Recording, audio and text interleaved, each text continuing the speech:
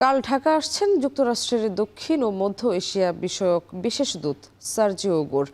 সফরে সরকার প্রধান সহ বিভিন্ন রাজনৈতিক দলের নেতৃবৃন্দ ও প্রতিষ্ঠান প্রধানের সাথে বৈঠকের কথা রয়েছে সার্জিও ওগোরের।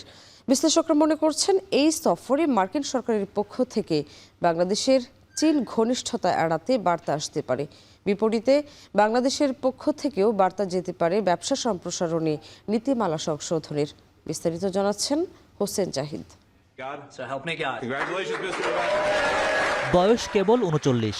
অপেক্ষাকৃত তরুণ বয়সেই ট্রাম্প প্রশাসনের দক্ষিণ ও মধ্য এশিয়া বিষয়ক দূতের দায়িত্ব সামলাচ্ছেন সার্জিও গোর। ত্রয়োদশ জাতীয় নির্বাচন পরবর্তী মার্কিন যুক্তরাষ্ট্রের কোনো উচ্চপদস্থ কর্মকর্তার এটিই প্রথম বাংলাদেশ সফর। আন্তর্জাতিক সম্পর্ক বিশ্লেষকরা বলছেন, প্রধানমন্ত্রী তারেক রহমানের সাম্প্রতিক চীন সফর ও ব্যবসা বাণিজ্য কেন্দ্রিক চীন ঘনিষ্ঠতা চিন্তায় ফেলেছে মার্কিন যুক্তরাষ্ট্রকে। বাংলাদেশ যাতে মার্কিন বলয়ের বাইরে না যায়, এমন বার্তা আসতে পারে সার্জিও গোরের সফরে, তেমনটা মত বিশ্লেষকদের। এই যে সম্পর্ক, সেই সম্পর্কটা আবার মার্কিন যুক্তরাষ্ট্রের কাছে কিছু উদ্বেগের বিষয় আছে। আমরা জানি যে ভূ রাজনৈতিক বিবেচনায় বা ট্রাম্পের তার যে পররাষ্ট্রনীতির মূল লক্ষ্য অর্জন করার ক্ষেত্রে ইন্দো প্যাসিফিক অঞ্চল কিংবা দক্ষিণ এশিয়া বা মধ্য এশিয়া এই অঞ্চলগুলোতে মার্কিন যুক্তরাষ্ট্রের সুনির্দিষ্ট কতগুলো অবস্থান আছে। তো সেই অবস্থানের সঙ্গে বাংলাদেশ কতটা অ্যাডজাস্ট করছে সেই বিষয়গুলো হয়তো একটু পরখ করে দেখবেন। বাংলাদেশও এই সুযোগে তার নিজের অবস্থান তুলে ধরার সুযোগ পাবে। সার্জিও গোর একই সাথে ভারতে নিযুক্ত মার্কিন রাষ্ট্রদূত, তাই বাংলাদেশের পররাষ্ট্রনীতির মূল্যায়নে সার্জিও গোরের কাছে গুরুত্ব পাবে ভারতের চোখে বাংলাদেশের রাজনীতি, অর্থনীতি ও কূটনীতি, যেমনটি মনে করছেন এই বিশ্লেষক। যেহেতু উনি ভারতের রাষ্ট্রদূত এবং ভারতের সঙ্গে বাংলাদেশের যে সম্পর্ক, সেই সম্পর্কটি বাংলাদেশ ভারতের জন্য যেমন গুরুত্বপূর্ণ, মার্কিন যুক্তরাষ্ট্রের জন্য গুরুত্বপূর্ণ। কারণ ভারত হচ্ছে মার্কিন যুক্তরাষ্ট্রের যে কোয়াড, যে নেতৃত্বে যে কোয়াড আছে তার অন্যতম সদস্য, এবং একই সঙ্গে চীন কেন্দ্রিক যে মার্কিন পররাষ্ট্রনীতির যে লক্ষ্যগুলো আছে এই অঞ্চলে, দক্ষিণ এশিয়া, বে অফ বেঙ্গল বা ইন্দো প্যাসিফিক, সেগুলো অর্জন করার ক্ষেত্রে ভারতের সহযোগিতা খুবই গুরুত্বপূর্ণ। সার্জিও গোরের সফরে প্রধানমন্ত্রী সহ বিভিন্ন রাজনৈতিক দলের নেতাদের সঙ্গে বৈঠকে বসার কথা আছে। এসব বৈঠকে বাংলাদেশি সব পণ্যে সাম্প্রতিক আরোপিত 10% শুল্ক প্রত্যাহার সহ দুদেশের বাণিজ্য সম্প্রসারণে আলোচনা গুরুত্ব পাওয়ার দাবি রাখে বলে মনে করছেন অর্থনীতিবিদরা। 10% শুল্কের যে বিষয়টা, সেটা যাতে কিভাবে আমরা সুরাহা করতে পারি, এগুলোর দিকে একটু বাংলাদেশের পক্ষ থেকে নজর দিতে হবে বা সেগুলো নিয়ে কথা বলতে হবে। মার্কিন যুক্তরাষ্ট্রের যে বিনিয়োগ, সেটা কিন্তু বাংলাদেশে যে টপ 10 ইনভেস্টিং কান্ট্রি হিসেবে কিন্তু আছে এখনো। তো সুতরাং সেই জায়গাতে কিভাবে আবার তাদেরকে সামনের দিকে নিয়ে আসা যায়, তো সেই জন্য চেষ্টা করতে হবে। ব্যবসা বাণিজ্যে চীন ঘনিষ্ঠতা মানেই আমেরিকা বিরোধিতা নয়, এমন বার্তা পৌঁছাতে হবে মার্কিন প্রেসিডেন্ট ট্রাম্পের কাছে। সেদিক বিবেচনায় সার্জিও গোরের সফরকে উপযুক্ত উপলক্ষ্য হিসেবে দেখার পরামর্শ বিশ্লেষকদের। মার্কিন যুক্তরাষ্ট্রের সঙ্গে যে সম্পর্ক এবং চীনের সঙ্গে সম্পর্ক, দুটো কিন্তু সাংঘর্ষিক নয়। হোসেন জাহিদ, এখন ঢাকা। নারায়ণগঞ্জে গ্যাস সংকটে বিপাকে রপ্তানিমুখী শিল্প প্রতিষ্ঠানগুলো। গ্যাসের স্বল্প চাপে উৎপাদন কমার পাশাপাশি বাড়ছে ব্যয়। সময় মতো বিদেশি ক্রেতাদের কাছে পণ্য পাঠানো নিয়েও তৈরি হয়েছে অনিশ্চয়তা। বিস্তারিত ইমরান আলী সজীবের প্রতিবেদনে। নারায়ণগঞ্জ শিল্পাঞ্চলে গত কয়েকদিন ধরে চলছে গ্যাস সংকট। প্রয়োজনীয় চাপ না থাকায় অনেক কারখানায় মেশিন আংশিক বা পুরোপুরি বন্ধ রাখতে হচ্ছে। এতে উৎপাদন কমে যাওয়ার পাশাপাশি বাড়ছে ব্যয়, আর শঙ্কা তৈরি হয়েছে সময়মতো রপ্তানি আদেশ বাস্তবায়ন নিয়েও। সংশ্লিষ্টরা বলছেন, আগে গ্যাসের যে চাপ পাওয়া যেত তাতে সব মেশিন একসঙ্গে চালানো সম্ভব হতো। এখন গ্যাসের চাপ কমে যাওয়ায় উৎপাদন প্রায় অর্ধেকে নেমে এসেছে। বিকল্প জ্বালানি ব্যবহার করায় উৎপাদন ব্যয়ও বেড়ে যাচ্ছে। শ্রমিকদের অভিযোগ, গ্যাস না থাকায় দীর্ঘ সময় মেশিন বন্ধ থাকে, ফলে কাজ কমে যাওয়ায় তারা আর্থিক ক্ষতিপূরণের মুখে পড়ছেন। গ্যাসের চাপ কম থাকায় আমাদের উৎপাদন মারাত্মকভাবে ব্যাহত হচ্ছে। আগের তুলনায় আমাদের প্রোডাকশন 50% কমে গেছে। ঠিকমতো গ্যাস না পাওয়ার কারণে আমাদের মেশিন সবসময় বন্ধ থাকে। এই বন্ধ থাকার কারণে আমরা ঠিকমতো আমাদের যে প্রোডাকশনের যে আর্থিক অবস্থাটা, এটা আমরা পাই না, ঠিকমতো পাচ্ছি না। দীর্ঘদিন ধরে নারায়ণগঞ্জে গ্যাসের সমস্যার কারণে আমরা ঠিকমতো প্রোডাকশন দিতে পারতেছি না এবং শ্রমিকেরা সবাই বেকারত্ব বোধ করতেছে। 10 PSI সংযোগ থাকলেও বর্তমানে মিলছে মাত্র 3 থেকে 4 PSI চাপ। অথচ স্বাভাবিক উৎপাদনের জন্য প্রয়োজন অন্তত 8 থেকে 9 PSI। তাই বাধ্য হয়ে কারখানার একাংশ বন্ধ রেখে অন্য অংশ চালাতে হচ্ছে বলে জানান এই কর্মকর্তা। যদি আমরা ঠিকভাবে প্রোডাকশনটা দিতে চাই, তো আমাদের 8 থেকে 9 PSI লাগে। সরকারের কাছে আমার দাবি এটাই হলো, আমাদের 8 থেকে 9 PSI প্রোডাকশন দিতে পারলে, প্রেশারটা মানে PSI দিতে পারলে তাহলে আমাদের প্রোডাকশন ফুলফিল দিতে পারবে। গ্যাস সংকট দীর্ঘায়িত হলে বিদেশি ক্রেতাদের আস্থা কমবে এবং ভবিষ্যতে রপ্তানিও হ্রাস পেতে পারে। একই সঙ্গে শ্রমিকদের বেতন ও ব্যাংক ঋণ পরিশোধেও তৈরি হচ্ছে অনিশ্চয়তা। তাই দ্রুত নিরবচ্ছিন্ন গ্যাস সরবরাহ নিশ্চিত করার দাবি শিল্প সংশ্লিষ্টদের। উৎপাদন বৃদ্ধি তো হচ্ছেই না, বরং হ্রাস পাওয়ার কারণে আমাদের প্রোডাকশন 20% মতো কমে গেছে। শিপমেন্ট শিডিউল আমাদের নির্দিষ্ট এবং আমরা খুবই অল্প সময় পাই, 1.5 থেকে 2 মাস সময় পাই উৎপাদন করতে, একটা শিপমেন্ট শিডিউল ধরে রাখার জন্য। শিপমেন্টটা করতে আমাদের অনেক লেট হয়, সেই ক্ষেত্রে পরবর্তীতে বায়ার আমাদের সেটা ক্লেম করে, অর্ডার কম দেয়, সেজন্য আমাদের অনেকটা বিপদগ্রস্ত হতে হয়। গ্যাস সরবরাহ স্বাভাবিক না হলে শুধু উৎপাদন নয়, দেশের রপ্তানি আয় ও শিল্প খাতেও এর নেতিবাচক প্রভাব পড়তে পারে বলে মনে করছেন সংশ্লিষ্টরা। তাই দ্রুত সংকট সমাধানে কার্যকর উদ্যোগ নেওয়ার আহ্বান শিল্প মালিক ও শ্রমিকদের। ইমরান আলী সজীব, এখন নারায়ণগঞ্জ। নগদ টাকার ব্যবহার কমে মোবাইল ব্যাংকিং, কার্ড ও ক্রিপ্টোকারেন্সির মতো ডিজিটাল মুদ্রার প্রচলন এখন বিশ্বজুড়ে। সে পথে এগোচ্ছে বাংলাদেশও। সবশেষ বাংলা কিউআর এনে ক্যাশলেস অর্থনীতিতে নতুন মাত্রা যোগ করেছে বাংলাদেশ ব্যাংক। তবে এখনও অধিকাংশ মানুষ নগদ লেনদেনে আস্থা রাখেন। তাই ক্যাশলেস অর্থনীতির সুফল পেতে ডিজিটাল অর্থ ব্যবস্থাপনা ও জনসচেতনতার বিকল্প নেই বলছেন অর্থনীতিবিদরা। বিস্তারিত জানাচ্ছেন কামরুল হাসান জনি।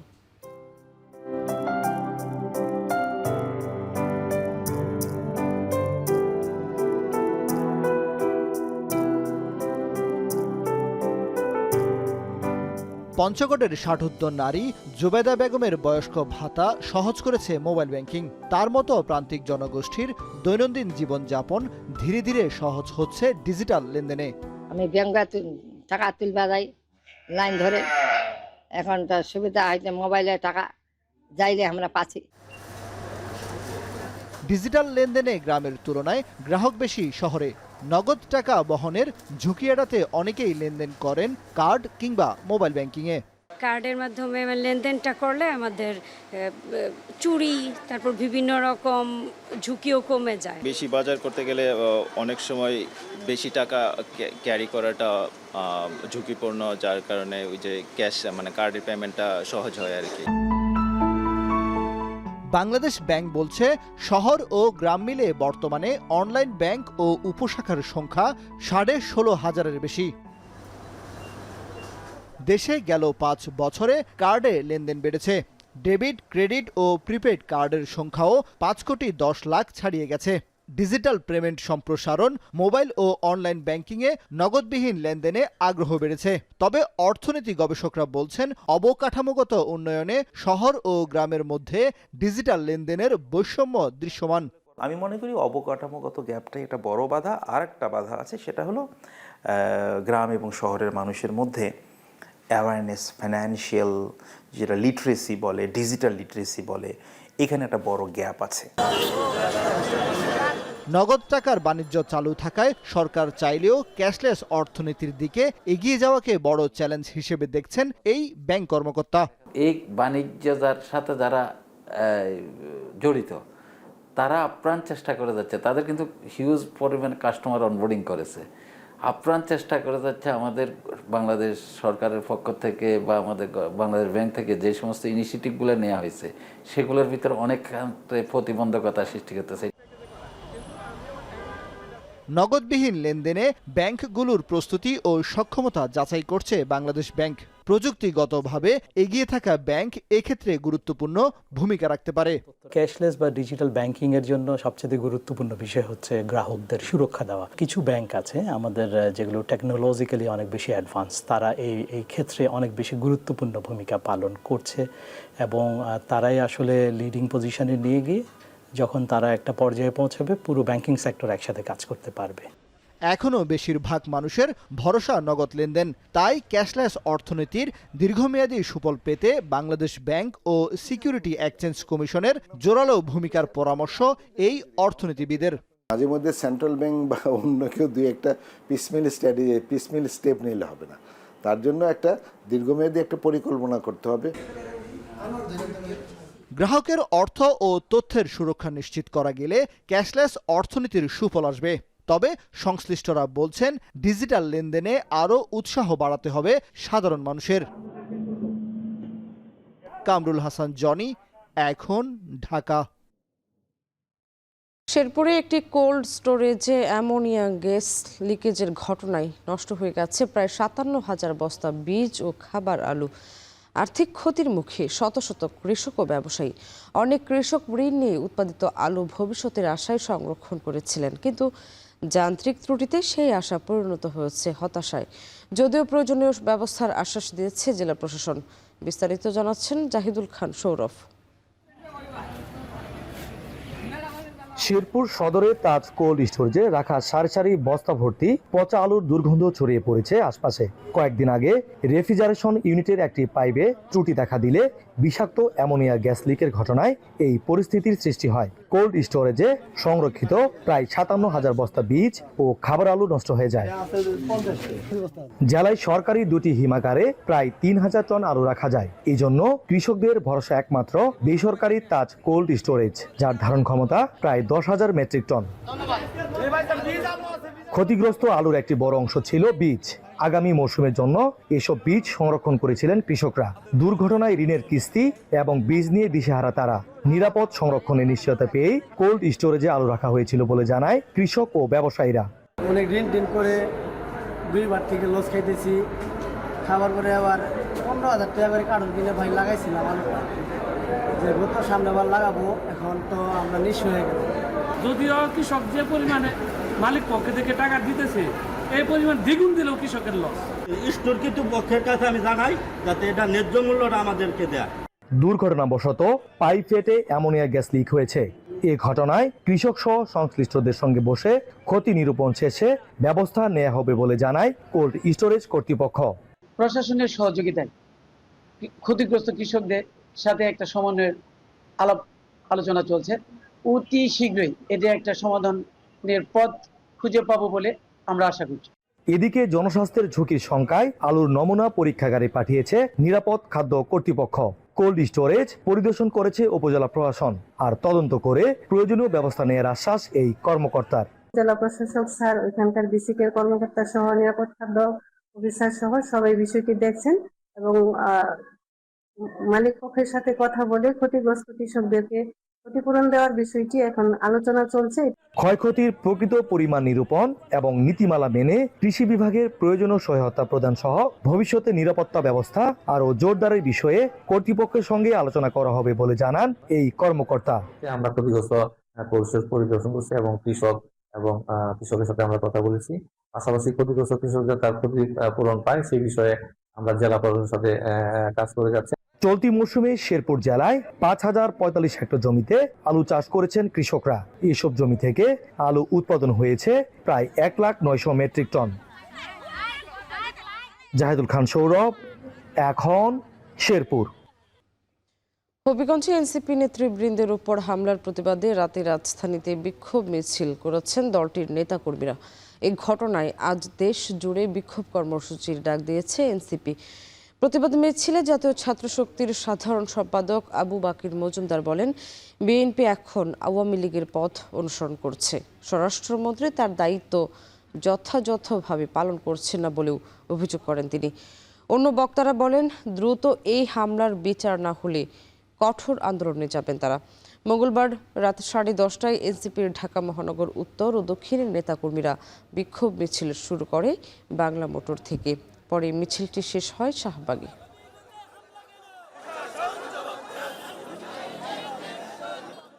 নেতৃবৃন্দ সহ সেইখানকার যারা আমাদের জনসমর্থক আছে তাদের উপর বিএনপি সন্ত্রাসীরা হামলা করেছে। আমরা দেখতে পাচ্ছি তারেক রহমানের যে সরকার, সেই সরকার 5 মাসের মাথায় এসে রাজনৈতিক সমাবেশে হামলা চালাচ্ছে। খুবই দুঃখের সাথে জানাতে হয়, আমরা যে ফ্যাসিবাদী আমল দেখেছিলাম, সেই আমলে আওয়ামী লীগ ভিন্ন রাজনৈতিক দলের কর্মসূচিতে হামলা চালাতো। আজকে সেই হামলা তীব্র নিন্দা এবং প্রতিবাদ জানাচ্ছি। রাতে জরুরি বৈঠক শেষে সারা দেশে অনির্দিষ্টকালের অ্যাম্বুলেন্স ধর্মঘট প্রত্যাহারের ঘোষণা দিয়েছে অ্যাম্বুলেন্স মালিক কল্যাণ সমিতি। মঙ্গলবার রাতে কথা জানান সংগঠনটির প্রধান উপদেষ্টা গোলাম মোস্তফা ফুয়াদ। 5 দাবিতে আজ থেকে অনির্দিষ্টকালের অ্যাম্বুলেন্স ধর্মঘটের ঘোষণা দিয়েছিল সমিতি। ঘটনার বিষয়টি জেনে জনগুরুত্বপূর্ণ বিবেচনায় তাদের নিয়ে ন্যাম ভবনে রাতে জাতীয়তাবাদী শ্রমিক দলের প্রধান সমন্বয়ক ও সংসদ সদস্য শামসুর রহমান শিমুল বিশ্বাসের নেতৃত্বে বৈঠকে বসেন অ্যাম্বুলেন্স মালিক সমিতি সহ বিভিন্ন দপ্তরের কর্মকর্তারা। এই সময় শিমুল বিশ্বাস বলেন, আগামী 1 মাসের মধ্যে অ্যাম্বুলেন্স মালিক কল্যাণ সমিতির 5 দাবির বিষয়ে সিদ্ধান্ত নেওয়া হবে। বৈঠকে আলোচনা ফলপ্রসূ হওয়ায় ধর্মঘট প্রত্যাহার করে নেন সমিতির নেতৃবৃন্দ। উভয় পক্ষ ওনাদেরকে ডেকে ওনারা আমাদের ডাকে সাড়া দিয়ে এই আগামীকালকে ভোর থেকে আহত যে ধর্মঘট সেটা প্রত্যাহার করতেছে। আর সরকারের পক্ষ হয়ে আমরা সরকারি কনসার্ন মিলে আগামী 1 মাসের মধ্যে এদের যৌক্তিক দাবিগুলো বৈঠক করে আলাপ আলোচনা করে একটা নিষ্পত্তির জন্য ওনারা একমত হয়েছে। রাজধানীর মিরপুর 2-এ মিরপুর বিশ্ববিদ্যালয় কলেজের পেছনের সীমানা প্রাচীর ধসে 3 জন নিহত এবং কয়েকজন আহত হয়েছেন। গতকাল দুপুরে টিসিবির পণ্য নিতে লাইনে দাঁড়িয়ে থাকা মানুষের উপর দেয়ালটি ভেঙে পড়লে এই হতাহতের ঘটনা ঘটে। পরে ঘটনাস্থল পরিদর্শন করে তদন্ত ও সহায়তার আশ্বাস দেন জনপ্রতিনিধিরা। কলেজ কর্তৃপক্ষের গাফিলতি ছিল কিনা খতিয়ে দেখার কথা জানিয়েছে পুলিশ। এদিকে আহতদের চিকিৎসা ব্যয় সরকারিভাবে দেওয়ার আশ্বাস দিয়ে সর্বোচ্চ সেবা নিশ্চিতের আশ্বাস দিয়েছেন স্বাস্থ্যমন্ত্রী। বিস্তারিত প্রতিবেদনে। মঙ্গলবার প্রতিদিনের মতোই মিরপুর বিশ্ববিদ্যালয় কলেজের পেছনের সড়কে টিসিবির পণ্য নিতে লাইনে দাঁড়িয়েছিলেন সাধারণ মানুষ। দুপুর 1:30টায় কিছু বুঝে ওঠার আগেই হঠাৎ বিকট শব্দে ধসে পড়ে কলেজের সীমানা প্রাচীর। এতে দেয়ালের নিচে চাপা পড়ে অন্তত 8 জন। এরপর দ্রুত উদ্ধার কাজে এগিয়ে আসেন স্থানীয়রা। পরে তাদের সাথে যোগ দেয় পুলিশ ও ফায়ার সার্ভিস। হতাহতদের উদ্ধার করে রাজধানীর পঙ্গু ও ঢাকা মেডিকেল কলেজ হাসপাতালে পাঠানো হয়। নিহত 3 জনের মধ্যে নাসিমা বেগম ঘটনাস্থলে, বিউটি এবং ফিরোজ চিকিৎসাধীন অবস্থায় মারা যান। প্রত্যক্ষদর্শীদের দাবি, কয়েক মাস আগে ভূমিকম্পের পর সীমানা প্রাচীরটি ঝুঁকিপূর্ণ ও নড়বড়ে হয়ে গিয়েছিল। তবে কোনো ব্যবস্থা নেয়নি কলেজ কর্তৃপক্ষ। বিকট একটা শব্দ শুনতে পাই আমরা, তারপরে আমরা তাড়াতাড়ি করে কলেজ থেকে দৌড়ায় বের হই। মূলত যখন এই কাজ করেছে ঠিকাদার, সেই তার গাফিলতির জন্যই আজকের এই ওয়াল ধসে পড়েছে। ভূমিকম্পের সময় ওটা একটু বাঁকা ছিল এবং প্রিন্সিপাল দেখে গেছে, যার কর্তৃপক্ষ দেখে গেছে, এটা তারা ঠিক করার কথা ছিল, ঠিক করে নেয়। এখানে 20 জনের মতন অবস্থা খারাপ। ঢাকা মেডিকেল কলেজ নাকি মারা গেছে, আর এখানে আমার বোন নাকি স্পট ডেডে সেখানে মারা গেছে। পঙ্গু হাসপাতালের পরিচালক আব্দুল কেনান জানান, আহতদের মধ্যে কয়েকজনের অবস্থা গুরুতর আর 3 জনের অস্ত্রোপচার করা হবে। আমাদের এখানে 8 জন ইনজুর অবস্থায় এসেছে, একজন ব্রড ডেথ, আসার আগে সে মারা গেছে। এর বাইরে ইতিমধ্যেই অন্যান্য যে রোগী যারা আছে তার মধ্যে 3 জনকে অপারেশন থিয়েটারে পাঠানো হয়েছে। এদিকে ঘটনাস্থলে পরিদর্শনে আসেন স্থানীয় এমপি ব্যারিস্টার আরমান ও ডিএনসিসি প্রশাসক শফিকুল ইসলাম মিল্টন। এ সময় তারা ঘটনার তদন্ত ও হতাহতদের সহযোগিতার আশ্বাস দেন। এখানে আরসিসি পিলার ছাড়া এত বড় দেওয়াল হওয়ার কথা ছিল না। অবিলম্বে একটি তদন্ত হওয়া দরকার, নিরপেক্ষ স্বচ্ছ তদন্ত হওয়া দরকার, যে এই কাজটি কখন হয়েছিল, কতটুকু এখানে বরাদ্দ দেওয়া হয়েছিল, এই বরাদ্দর কতটুকু এই কাজে ব্যয় হয়েছে। সেই 14 সালে ওয়ালটি হয়েছে। ওয়ালটি করার সময় যেই জিনিসগুলো ব্যবহার করা প্রয়োজন ছিল সেখানে নাই। আরসিসি কোনো ব্যবস্থা নেই, শুধুমাত্র ব্রিক ওয়াল, যেটা ইটের ওয়াল বলি, সেখানে সেই ইটের ওয়াল দিয়ে করা হয়েছে বিধায় আজকে এত বড় একটা দুর্ঘটনার মধ্যে আপনারা দেখতে পাচ্ছি। তবে এটি দুর্ঘটনা নাকি অবহেলা তা তদন্ত করে দেখা হবে বলে জানিয়েছে পুলিশ। কলেজ কর্তৃপক্ষের কোনো দায় থাকলে ব্যবস্থা নেওয়া হবে। প্রাথমিকভাবে ওয়ালটা পুরাতন, আর এটা সুরক্ষিত ছিল কিনা এগুলো আমরা তদন্ত শুরু করছি। একটা তদন্ত কমিটি হবেও শুনেছি, কলেজ কর্তৃপক্ষের সাথে আমরা কথা বলেছি। পরবর্তীতে বিস্তারিত তদন্ত করে এটা বলতে পারবো যে এক্স্যাক্টলি কী কারণে ওয়ালটা ভেঙেছে। এদিকে রাতে আহতদের দেখতে পঙ্গু হাসপাতালে আসেন স্বাস্থ্যমন্ত্রী সর্দার মোহাম্মদ সাখাওয়াত হোসেন। এ সময় একাধিক ওয়ার্ড পরিদর্শন করে রোগীদের চিকিৎসার খোঁজখবর নেন তিনি। পাশাপাশি আহতদের চিকিৎসার সকল ব্যয় বহনের আশ্বাস দেন স্বাস্থ্যমন্ত্রী। কিছু টাকা আমি দিয়ে আসছি, এখন দেখেছেন প্রত্যেক রোগীর হাতে, বাকিটাও আমরা ইনশাল্লাহ যা লাগে আমরা সহায়তা করব। আমাদের মাননীয় সংসদ সদস্য ওনারাও সহায়তা করতেছেন, আমরা সবাই মিলেই করব ইনশাল্লাহ। ডাক্তার সাহেবদেরও বলেছি হসপিটালে কোনো চার্জ নেই, যে একটু বাইরের থেকে আনতে হবে এটা আমরা কিনে দেবো বলে গিয়েছি, ওনারা হিসাব রাখবেন, আমি দিয়ে দেবো। দুর্ঘটনার পর ঘটনাস্থলের পাশে লোহার বেষ্টনী দেওয়ার কাজ শুরু করেছে প্রশাসন। ইমদাদুল আজাদ, এখন, ঢাকা। চট্টগ্রামে চলতি মাসে প্রায় 4 গুণ বেড়েছে ডেঙ্গু রোগী, বাড়ছে মৃত্যু হারও। সরকারি তথ্য মতে জুলাই গেল 2 বছরের তুলনায় এই বছর আক্রান্ত বেশি। এমত অবস্থায় আগামী 2 মাস আরও বাড়ার শঙ্কা চট্টগ্রামের স্বাস্থ্য বিভাগের। তবে আক্রান্ত হলে আতঙ্কিত না হয়ে চিকিৎসা নেওয়ার পরামর্শ তাদের। একই সঙ্গে নিজ নিজ বাড়ির আঙিনা পরিষ্কার ও জমানো পানি নিয়মিত পরিষ্কারের অনুরোধ স্বাস্থ্য বিভাগের। সঞ্জয় মল্লিকের ছবিতে আরও জানাচ্ছেন শহীদ রহমান। চট্টগ্রামের হাসপাতালগুলোতে লাফিয়ে লাফিয়ে বাড়ছে ডেঙ্গু আক্রান্তের সংখ্যা। ডেঙ্গু ওয়ার্ডগুলোতে গেল মাসের তুলনায় রোগী বেড়েছে কয়েক গুণ। চাপ সামলাতে হিমশিম অবস্থা স্বাস্থ্যকর্মীদের। জুন মাসে আক্রান্তের সংখ্যা ছিল 122 জন, চলতি মাসে তা 4.25 গুণ বেড়ে দাঁড়িয়েছে 457 জনে। এছাড়াও চলতি বছর আক্রান্ত হয়ে মারা গেছেন 3 জন, যার মধ্যে চলতি মাসেই মারা গেছেন 2 জন। 1 সপ্তাহ জ্বর ছিল, কিছু খাওয়া দাওয়া করতে পারতেছি না। পরীক্ষার 3টা রক্ত পরীক্ষা করছে, ওখানে রিপোর্ট দেখা গেছে ডেঙ্গু আর টাইফয়েড। জ্বর ছিল তখন, এখন বমি ছিল, বমি বন্ধ হয়েছে, জ্বরটা আজ চলতেছে। সিভিল সার্জন কার্যালয়ের তথ্য বলছে জুলাই মাসের আক্রান্ত গেল 2 বছরের আক্রান্তের রেকর্ড ছাড়িয়েছে। 2024 ও 2025 সালে আক্রান্ত ছিল যথাক্রমে 198 ও 430। এমন পরিস্থিতিতে ডেঙ্গুর ভরা মৌসুম আগস্ট সেপ্টেম্বরে আক্রান্ত আরও বহুগুণে বাড়ার শঙ্কা দেখা দিয়েছে। অল্প জ্বর নিয়েও রোগীর অনেক সময় দেখা যাচ্ছে যে পেশেন্টসগুলা তাদের ওরিয়েন্টেশন লস হয়ে যায়, মানে ব্রেন ধরে ডাইরেক্ট, ওরকম হতে পারে। যেমন আমাদের অনেক রোগী পাচ্ছি চকরিয়া থেকে চলে আসতেছে, কক্সবাজার থেকে, ওই বেল্ট থেকে যারা আসতেছে দেখা যাচ্ছে তাদের স্মৃতিশক্তিগুলা ওরিয়েন্টেশন লস হয়ে যাচ্ছে।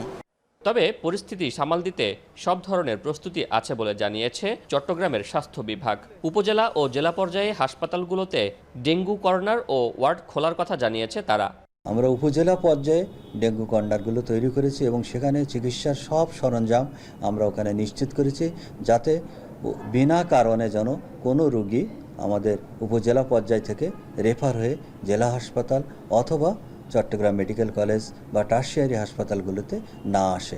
চট্টগ্রামে এখন পর্যন্ত নগরীর তুলনায় উপজেলাগুলোতে আক্রান্তের সংখ্যা বেশি। আক্রান্তদের বেশিরভাগই পুরুষ। শোয়েব রহমান, এখন, চট্টগ্রাম। বর্ষা মৌসুমে বাজারে সরবরাহ বাড়ায় ঝিনাইদহে কমেছে সব ধরনের মাছের দাম। সপ্তাহের ব্যবধানে কোটচাঁদপুরের বাজারগুলোতে রূপচাঁদা, পাঙ্গাস, তেলাপিয়া সহ চাষের প্রায় সব ধরনের মাছের দাম কেজি প্রতি 30 থেকে 50 টাকা পর্যন্ত কমেছে। তবে দেখা মিলছে না দেশীয় প্রজাতির মাছের। এ নিয়ে আরও জানাতে যুক্ত হচ্ছেন MR রাসেল। রাসেল, জানাবেন কোন মাছ কত দামে বিক্রি হচ্ছে আর ক্রেতা বিক্রেতাদের প্রতিক্রিয়া কেমন দেখছেন?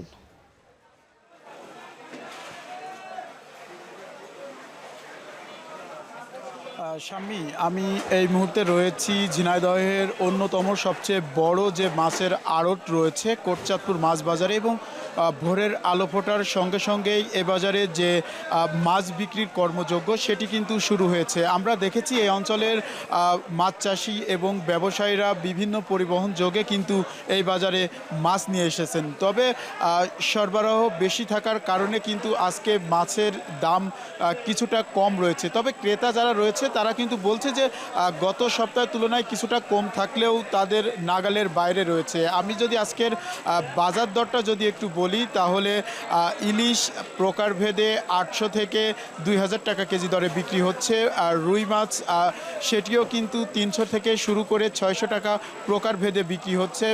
সিলভার কাপ সেটি 130 থেকে 170 টাকা কেজি দরে বিক্রি হচ্ছে। পাঙ্গাস মাছ 160 থেকে 220 টাকা কেজি দরে বিক্রি হচ্ছে। এছাড়াও যে তেলাপিয়া, শিং মাছ এবং কই জাতীয় যে মাছ রয়েছে সেই মাছগুলোর দামও কিন্তু গত সপ্তাহের তুলনায় কিন্তু কিছুটা কম দামে বিক্রি হচ্ছে। আসলে ক্রেতার উপস্থিতি কিন্তু আমরা সকাল থেকেই দেখেছি যে যেহেতু আজকে বুধবার সেহেতু ক্রেতার উপস্থিতি তেমন একটা চোখে পড়েনি। তবে ব্যবসায়ী যারা রয়েছে তারা কিন্তু বলছে যে বেলা বাড়ার সঙ্গে সঙ্গে ক্রেতার উপস্থিতি কিন্তু বাড়ে। আমরা কয়েকজন ক্রেতার সঙ্গে কথা বলেছি, তারা তারা জানিয়েছেন যে আসলে নিত্যপণ্যর দাম যেভাবে ঊর্ধ্বগতি হচ্ছে সেখান থেকে মাছের যে দামটা রয়েছে সেটি কিন্তু তাদের হাতের নাগালের বাইরে রয়েছে। যেহেতু গত সপ্তাহের তুলনায় কিছুটা কিন্তু মাছের দাম কম রয়েছে, তবে এ বাজারে দেশীয় যে প্রজাতির মাছ রয়েছে সে মাছের আনাগোনা কিন্তু আমাদের চোখে পড়েনি। আসলে দেশীয় মাছের কথা জানতে চাইলে ব্যবসায়ীরা বলছেন যে বর্ষার ভরা মৌসুমেও কিন্তু দেশীয় জাতীয় যে সকল মাছ রয়েছে সেই মাছগুলো কিন্তু বাজারে আসছে না, যার কারণে কিন্তু অল্প সংখ্যক যে মাছগুলো রয়েছে তার দাম কিন্তু চড়া রয়েছে। আমরা এই ঝিনাইদহ সহ যে 6টি উপজেলা রয়েছে প্রত্যেকটা উপজেলায় যে মাছের আড়তগুলো রয়েছে সেখানেও কিন্তু দাম কিছুটা কম রয়েছে। তো এই ছিল আমার কাছে ঝিনাইদহের কোটচাঁদপুরের মাছ বাজার থেকে সর্বশেষ। শাম্মী।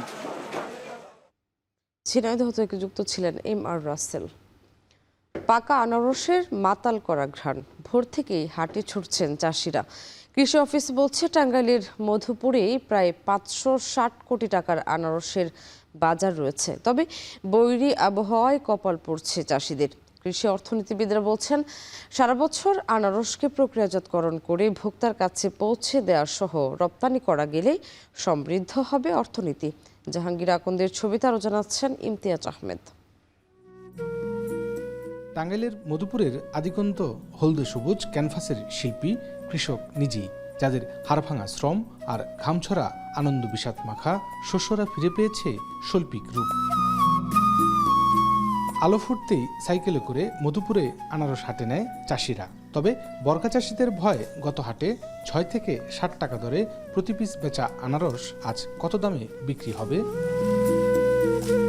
এদিকে গত কয়েকদিনের টানা বর্ষণে নষ্ট হচ্ছে আনারস। চাহিদা কম থাকায় পাইকারপত্রও মিলছে না হাটে। বিক্রি 10 থেকে সর্বোচ্চ 25 থেকে 30 টাকার মধ্যে। তাই আনারস উৎপাদনে সার কীটনাশক সহ কৃষি উপকরণের দাম সহনীয় রাখতে সরকারের প্রতি আহ্বান প্রান্তিক চাষিদের। ছোট আর বড় নাই, প্রতি ফলে প্রায় 30টা মতো খরচ হয়। আমরা একটু লসের দিকে আছি, কারণ বেশি বর্ষার কারণে, আবার কলার বাজার কম। সরাসরি এই কৃষকের কাছ থেকে যদি কেনার ব্যবস্থা থাকতো তাহলে সবচেয়ে ভালো হইতো। জলছত্র হাট ছাড়াও আনারসের বড় হাট মোটের বাজার ও কারো বাজার। বিক্রি হওয়া আনারস স্থানীয় পাইকার ফরিয়ার মাধ্যমে পিকআপ ট্রাকে করে বিভিন্ন জেলা এবং বিভাগীয় শহরে চলে যায়। যদিও জায়গা সংকটে যানজট সহ কাদায় আনারস নষ্ট হওয়ায় দুর্ভোগ পিছু ছাড়ছে না চাষিদের।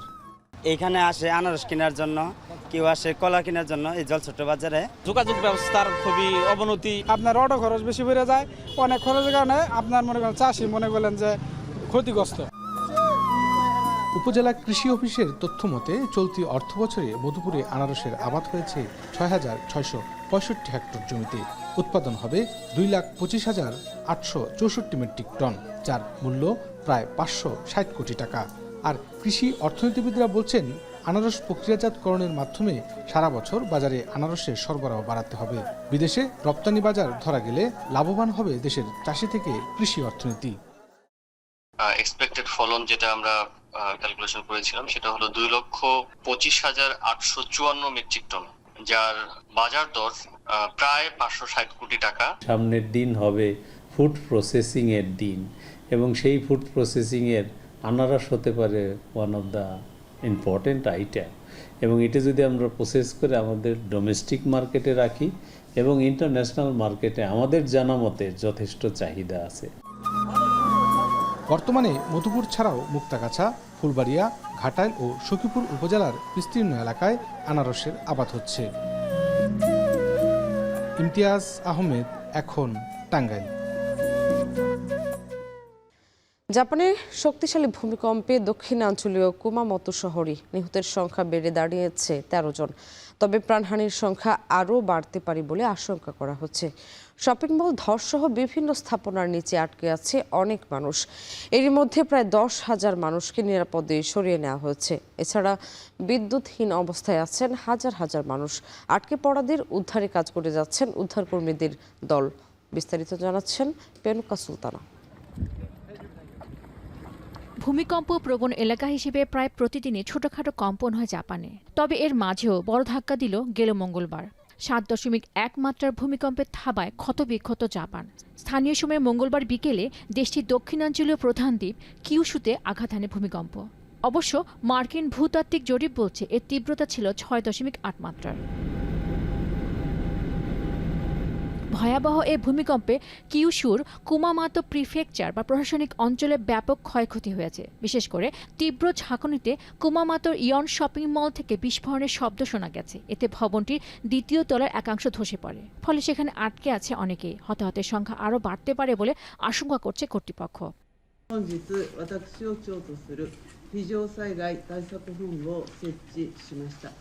また熊本県知事から自衛隊に対して災害派遣要請があり、自衛隊が約 তবে এই শপিং মল ছাড়াও একই এলাকায় একটি কাগজের মিল চিমনি ধসের পর নিখোঁজ রয়েছেন অনেকেই। এদিকে স্থানীয় কর্মকর্তারা জানিয়েছে ভূমিকম্পের পর এ পর্যন্ত নিরাপদে সরিয়ে নেওয়া হয়েছে প্রায় 10,000 মানুষকে। এরই মধ্যে ভূমিকম্পের কারণে কুমামাতো শহরে বিঘ্নিত হয়েছে বিদ্যুৎ ও পানি সরবরাহ। ফলে বিপাকে পড়েছেন হাজার হাজার মানুষ। এছাড়া ভূমিকম্পে ক্ষতিগ্রস্ত হয়েছে অন্তত 45টি চিকিৎসা কেন্দ্র। পাশাপাশি সপ্তদশ শতাব্দীর একটি দুর্গের বাইরের দেয়ালও ধসে পড়েছে। পেরিগো সুলতানা, এখন বিশ্ব। এমন এক দীর্ঘমেয়াদী সংঘাতে জড়িয়েছে যুক্তরাষ্ট্র ইরান, যেখানে জয় পরাজয় নিয়ে আর ভাবার সুযোগ নেই। যুদ্ধের খরচ এবং ভূ রাজনৈতিক অস্থিরতা বিবেচনায় নিয়ে এখনই ওয়াশিংটন তেহরানের আলোচনার টেবিলে ফিরে আসা উচিত। বিশ্লেষণধর্মী প্রতিবেদনে এমনটাই দাবি করেছে যুক্তরাজ্য ভিত্তিক গণমাধ্যম মিডল ইস্ট আই। আরও বলা হয়, বৈশ্বিক রাজনৈতিক চাপ এবং অস্ত্রের অভাবে শেষ পর্যন্ত দুটি দেশকে আসতে হবে সমঝোতার সমাধানে। আরও জানাচ্ছেন সতীর্থ কর্মকার। ইসলামী প্রজাতন্ত্রের পতন কিংবা পরমাণু কর্মসূচি বিলীন করে দেয়া, যে লক্ষ্য নিয়ে ইরানে হামলা শুরু করেছিল যুক্তরাষ্ট্র ইসরায়েল, তা পাল্টে গেছে পরিবর্তিত পরিস্থিতিতে। হরমুজ প্রণালীর নিয়ন্ত্রণই এখন ওয়াশিংটন তেহরানের মূল বিরোধের জায়গা। যুদ্ধের প্রথম মাসে অর্থাৎ 28 ফেব্রুয়ারি থেকে অপ্রত্যাশিতভাবে একটি সুবিধাজনক অবস্থানে চলে যায় ইরান। হরমুজ প্রণালীর ওপর নিজেদের নিয়ন্ত্রণ প্রতিষ্ঠা করে। এতে ওয়াশিংটনের অর্থনীতি ও রাজনীতির ওপর চাপ তৈরিরও সুযোগ পেয়েছে তেহরান। বিশ্লেষকরা মনে করেন, চলমান সংঘাতে এটাই ইরানের সবচেয়ে শক্তিশালী কৌশলগত শক্তি। এরপর সমঝোতা স্মারকেও হরমুজের নিয়ন্ত্রণ নিয়ে অস্পষ্টতা থাকায় এই যুদ্ধ দীর্ঘায়িতই হচ্ছে। প্রশ্ন ওঠে, ইরান বা যুক্তরাষ্ট্র কি দীর্ঘদিন ধরে এই সংঘাত চালিয়ে যেতে পারবে? মিডল ইস্ট আইয়ের বিশ্লেষণ বলছে, ইরানকে সামরিক, অর্থনৈতিক ও সামাজিকভাবে দুর্বল করাই এখন যুক্তরাষ্ট্রের লক্ষ্য। তারা জয় পরাজয় নিয়ে ভাবছে না, কারণ দুর্বার প্রতিরোধ দেখিয়ে এরই মধ্যে ইরান প্রমাণ করেছে তারা হার স্বীকার করবে না। তবুও যুদ্ধ চালিয়ে যাওয়ার বড় ঝুঁকি আছে ইসলামী প্রজাতন্ত্রের। গেল মাসে ইরানের মূল্যস্ফীতি 88% ছাড়িয়েছে। যুদ্ধের কারণে কাজ হারিয়েছেন 30 থেকে 35 লাখ মানুষ। দ্রব্যমূল্যের চড়া ঊর্ধ্বগতি আর অর্থনৈতিক বিপর্যয়ে যে কোনো সময় আবারও মাথাচাড়া দিতে পারে সরকার বিরোধী বিক্ষোভ, এমন আশঙ্কা ইরান ভিত্তিক গণমাধ্যমের। আর বাণিজ্যিক জাহাজে হামলার বিপরীতে ইরানের সামরিক বাণিজ্যিক অবকাঠামো আর বিদ্যুৎ কেন্দ্র গুঁড়িয়ে দেওয়ার যে প্রবণতা শুরু করেছেন ট্রাম্প, সেটাও ইরানি প্রশাসনের জন্য সুখকর নয়। তবে খেসারতের পাল্লা ভারী ওয়াশিংটনের। ইরান এরই মধ্যে প্রমাণ করেছে তারা বিশ্ববাজারে তেলের সরবরাহ বন্ধ করে দিতে পারে। তাই সবসময় অন্যদের উপর চাপ সৃষ্টি করে আসা ট্রাম্পও পড়ে গেছেন জটিল এক গোলক ধাঁধায়। আবার ওয়াশিংটনের সামরিক কর্মকর্তাদের মতে, এমন দীর্ঘমেয়াদী যুদ্ধ চালিয়ে যাওয়ার মতো পর্যাপ্ত আকাশ প্রতিরক্ষা আর দূরপাল্লার অস্ত্র নেই যুক্তরাষ্ট্রের। এর মধ্যে ট্রাম্পের জন্য আরও বড় সংকট হয়ে আসছে যুক্তরাষ্ট্রের আগাম নির্বাচন। পণ্যের দাম ও মূল্যস্ফীতির কারণে ইরান যুদ্ধ নিয়ে হতাশ মার্কিনিরা। রিপাবলিকান শিবিরেও কমেছে ইরান যুদ্ধের প্রতি সমর্থন। এই সবকিছু ইঙ্গিত করে এই সংঘাত চালিয়ে যাওয়ার কোনো সুনির্দিষ্ট কারণ বা প্রয়োজন নেই ট্রাম্পের। আন্তর্জাতিক গণমাধ্যমে অনেকবার দাবি করা হয়েছে, মূলত ইসরায়েলি প্রধানমন্ত্রী নেতানিয়াহুর কারণেই এই যুদ্ধে জড়িয়েছিলেন ট্রাম্প। তবে বাস্তবতা হচ্ছে, বৈশ্বিক অস্থিরতা আমলে না নিলেও নিজস্ব প্রয়োজনেই সংঘাত থামিয়ে আলোচনায় ফেরা উচিত তেহরান ওয়াশিংটনের। সতীর্থ কর্মকার, এখন বিশ্ব। বড় কোনো ঘোষণা ছাড়াই একই দিনে জেলেনস্কি ও নেতানিয়াহুর সঙ্গে বৈঠকের ইতি টেনেছেন ট্রাম্প। দুই রাষ্ট্রপ্রধানের সাথে আলাদা আলাদা রুদ্ধদ্বার আলোচনার পর হোয়াইট হাউস জানিয়েছে বৈঠক ইতিবাচক এবং ফলপ্রসূ হয়েছে।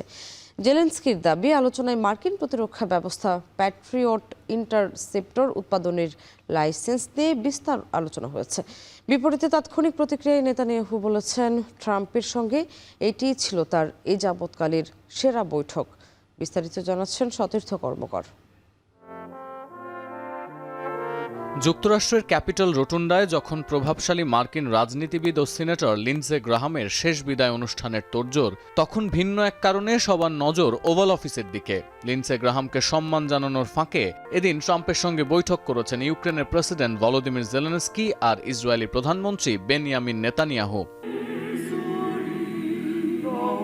একই দিনে দুটি ভিন্ন অঞ্চলে যুদ্ধে জড়িত দুই মিত্রদেশের রাষ্ট্রপ্রধানের সঙ্গে সাক্ষাৎ যেমন বিরল, তেমনি গুরুত্বের বিচারেও এই সাক্ষাতের তাৎপর্যও অনেক। তাই শুরু থেকেই ভিন্ন ছিল এই আয়োজন। হোয়াইট হাউসে প্রবেশের সময় সাংবাদিকদের এতটুকু সময় দেননি জেলেনস্কি আর নেতানিয়াহু। স্লাইড গেট হয়ে সরাসরি চলে গেছেন মূল ভেন্যু ওভাল অফিসে। দুই নেতার সঙ্গে আলাদা আলাদা রুদ্ধদ্বার বৈঠকেও ছিল চূড়ান্ত গোপনীয়তা। বৈঠক শেষে এক্স বার্তায় হোয়াইট হাউসের প্রেস সেক্রেটারি জানিয়েছেন, জেলেনস্কি ও নেতানিয়াহুর সঙ্গে বৈঠক ইতিবাচক ও ফলপ্রসূ হয়েছে। দাপ্তরিক এই বিবৃতি ছাড়া আর সুনির্দিষ্ট কোনো তথ্য আসেনি হোয়াইট হাউস থেকে। তবে জানা গেছে বৈঠক শেষে লিন্ডসে গ্রাহামের শেষ বিদায় অনুষ্ঠানে ট্রাম্পের সঙ্গে যোগ দেন দুই রাষ্ট্রপ্রধানই। এদিন শুরুতে জেলেনস্কির সঙ্গে আলোচনায় বসেন ট্রাম্প। ইউক্রেনীয় প্রেসিডেন্টের টেলিগ্রাম পোস্টের ভিত্তিতে বিবিসি জানিয়েছে, আলোচনায় ইউক্রেনীয়দের সুরক্ষা, দ্বিপক্ষীয় সহায়তার দিকগুলো গুরুত্ব পেয়েছে। তবে বৈঠকের মূল এজেন্ডা ছিল যুক্তরাষ্ট্র নির্মিত আকাশ প্রতিরক্ষা ব্যবস্থা প্যাট্রিয়ট ইন্টারসেপ্টর উৎপাদনের লাইসেন্স। নেটো শীর্ষ সম্মেলনে ইউক্রেনকে প্যাট্রিয়ট উৎপাদনের লাইসেন্স দেওয়ার ঘোষণা দিয়েছিলেন ট্রাম্প। এরপর ওভাল অফিসে পা রাখেন নেতানিয়াহু। ট্রাম্প ক্ষমতা গ্রহণের পর বারবার দুই নেতার সাক্ষাৎ হলেও ফেব্রুয়ারিতে ইরানে হামলা শুরুর পর এটাই মার্কিন প্রেসিডেন্টের সঙ্গে ইসরায়েলি প্রধানমন্ত্রীর সরাসরি বৈঠক। রুদ্ধদ্বার এই আলোচনার কেন্দ্র ইরান ইস্যু থাকলেও বৈঠকের ব্যাপারে সুনির্দিষ্ট কিছুই জানায়নি হোয়াইট হাউস। তবে আলোচনা শেষে তাৎক্ষণিক প্রতিক্রিয়ায় নেতানিয়াহু বলেছেন, ট্রাম্পের সঙ্গে এটাই ছিল তার এ যাবৎকালের সেরা বৈঠক। সতীর্থ কর্মকার, এখন বিশ্ব। বাংলাদেশ ক্রিকেট বোর্ডের পরিচালকদের সভা আজ প্রায় 2 মাস পর বিসিবি কার্যালয়ে নিয়মিত বৈঠকে বসছেন পরিচালকরা। বিপিএল ওয়ানডে অধিনায়কের পরিবর্তন এবং নারী ক্রিকেট সহ একাধিক গুরুত্বপূর্ণ ইস্যুতে আলোচনা হতে পারে। বিস্তারিত জানাচ্ছেন জুবায়ের আহমেদ। লম্বা সময় পর বাংলাদেশ ক্রিকেট বোর্ডে বসছে পরিচালকদের বৈঠক। বুধবার বিকেল 3টায় মিরপুর শেরেবাংলা ক্রিকেট স্টেডিয়ামে জড়ো হবেন সকল পরিচালক। আলোচনা হতে পারে একাধিক গুরুত্বপূর্ণ ইস্যুতে, তবে সবকিছু ছাপিয়ে আলোচনার কেন্দ্রে থাকতে পারে বিপিএল ইস্যু। বিসিবির একাধিক পরিচালক এখন টিভিকে জানান, বিপিএলকে ঢেলে সাজানোর পরিকল্পনা আছে বোর্ড প্রেসিডেন্ট তামিম ইকবালের। অতীত অভিজ্ঞতা থেকে সরে এসে নতুনভাবে বিপিএলকে উপস্থাপনের জন্য কাজ করছে বর্তমান বিপিএল গভর্নিং কমিটি। বোর্ডের সহসভাপতি এবং বিপিএল কমিটির প্রধান ফাহিম সিনহার কাছ থেকে বৈঠকে আসতে পারে গুরুত্বপূর্ণ সিদ্ধান্ত। এর আগে ভালো ফ্র্যাঞ্চাইজি পাওয়া না গেলে 1 বছরের জন্য বিপিএল স্থগিত রাখার কথাও শুনিয়েছিলেন ফাহিম সিনহা। আলাপ হতে পারে সেই সম্ভাবনা নিয়েও।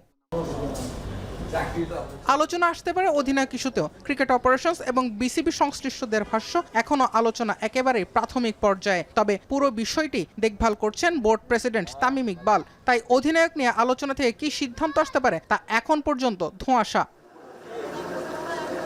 আলোচনার এজেন্ডায় থাকবে নারী ক্রিকেট ইস্যু, নারী ক্রিকেটারদের কেন্দ্রীয় চুক্তি এবং 8 বিভাগে সাবেক নারী ক্রিকেটারদেরই কোচ হিসেবে নিয়োগের আলোচনা থাকবে বোর্ড সভায়। জুবায়ের আহমেদ, এখন, ঢাকা। ওয়ানডে অধিনায়কের পদ হারাতে যাচ্ছেন মেহেদী হাসান মিরাজ। অ্যাওয়ে সিরিজগুলোতে প্রত্যাশিত ফল না পাওয়ায় নতুন নেতৃত্ব খুঁজছে বিসিবি। বোর্ড সভা শেষে আসতে পারে চূড়ান্ত সিদ্ধান্ত, যদিও সবই নির্ভর করছে বোর্ড সভাপতি তামিম ইকবালের সিদ্ধান্তের ওপর। বিস্তারিত জানাচ্ছেন জুবায়ের আহমেদ। সত্যিই কি অধিনায়ক বদল হচ্ছে বাংলাদেশ ক্রিকেটে? ওয়ানডে ক্রিকেটে মেহেদী হাসান মিরাজ অধ্যায়টাও একেবারেই শেষের কাছাকাছি। ক্রিকেট বোর্ডের ভেতরের খবর, বোর্ড মিটিং থেকেই আসতে পারে অধিনায়ক বদলের চূড়ান্ত সিদ্ধান্ত। এরই মাঝে ক্রিকেট বিষয়ক ওয়েবসাইট ক্রিকবাস উল্লেখ করেছে, মেহেদী হাসান মিরাজের পরিবর্তে লিটন দাসের হাতে ওয়ানডে অধিনায়কত্বের ব্যাটন তুলে দিতে চায় বিসিবি। বিসিবির একাধিক সূত্রের কাছে এমন গুঞ্জন নিয়ে জানার চেষ্টা করেছে এখন টিভি। ভিন্ন ভিন্ন সূত্র থেকে পাওয়া একাধিক তথ্য অনুযায়ী অধিনায়ক বদলের সিদ্ধান্ত অনেকটাই চূড়ান্ত, যদিও ক্রিকেট অপারেশনসের প্রধান হিসেবে বোর্ড সভাপতি তামিম ইকবালই নেবেন চূড়ান্ত সিদ্ধান্ত। আর সেই তথ্য আসতে পারে বোর্ড সভা থেকে। 2027 বিশ্বকাপের আগে নতুন অধিনায়ককে পর্যাপ্ত সময় দিতে কিছুটা আগেভাগেই অধিনায়ক বদলের কাজ শেষ করতে চায় বিসিবি।